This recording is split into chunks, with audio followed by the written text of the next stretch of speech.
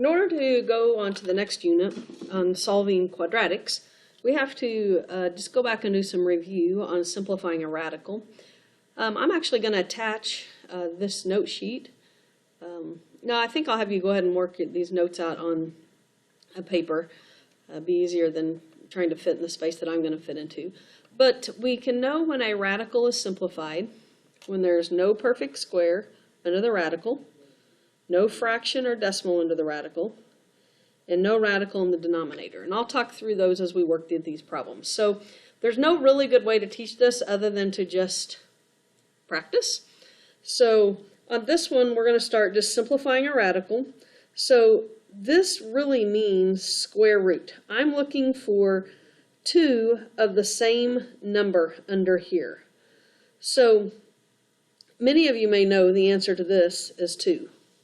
And the reason it's 2 is because 4 is 2 squared. And a square root and a square undo each other. They're inverses. So the answer would just be 2.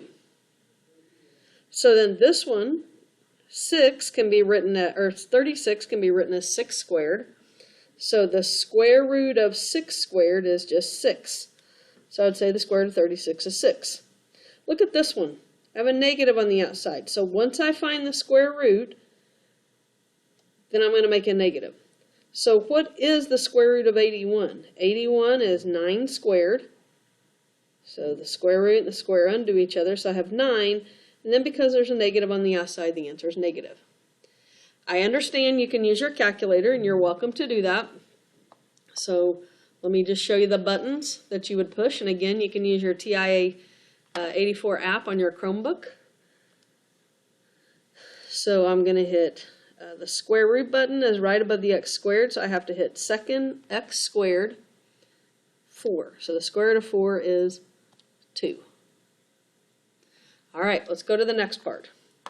Now, look at the next one, the square root of 400. Watch what happens when I type that in on my calculator. Square root 400. I get 20. So let's see how that would work here. Some of you may not know that right off the top of your head. So you may want to break this down to 100 times 4. And then the square root of 100 times the square root of 4. The square root of 100 is 10, and the square root of 4 is 2. And 10 times 2 is 20. Same thing we got when we put it in the calculator. Let's try the next one, square root 48. Look what happens on that one. I get a decimal. That means it's not exact. It's a little bit less than 7 because the square root of 49 is 7. So we are not going to leave any answers as decimals. We want to make these exact numbers. So I'm going to use the product property. I'm going to take this and I'm going to split it apart into numbers that go into 48. So I'm going to try to pick numbers that are perfect squares. So I know that 48 is 4 times 12. That's good because I know what the square root of 4 is. The square root of 4 is 2. So I'm going to keep that 4. But I don't know what the square root of 12 is. So I'm going to split it apart again to 3 times 4. That's good. I like it when I get the square root of 4 because that's a perfect square. But 3 is not. 3 is a prime number, so I'm going to keep that. So what I have under here is 4 times 4, which is 16, and the square root of 16 is 4. So when I have 2 4s under here, that's like having a 4 squared, which puts a 4 on the outside. So my answer here would be 4 on the outside and square root of 3 on the inside. Now you may break this down into different numbers, and that's fine. As long as we get the same answer, we're in good shape. Let's look at the next one.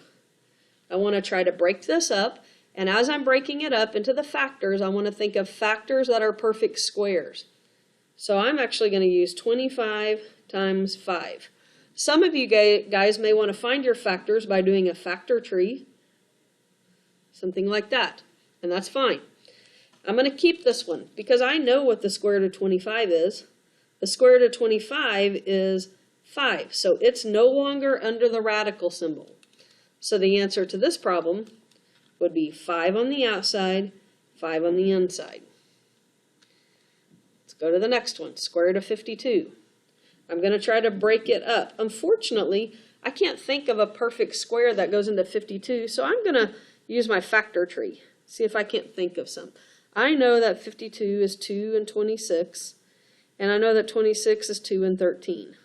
This is good. I know I can keep that. 2, 2, and 13. Well, 2 times 2 is 4, and the square root of 4 is 2. So I'm going to mark this off and put a 2 on the outside. So 2 of the same number brings 1 out because I'm looking for square roots. I'm looking for groups of 2.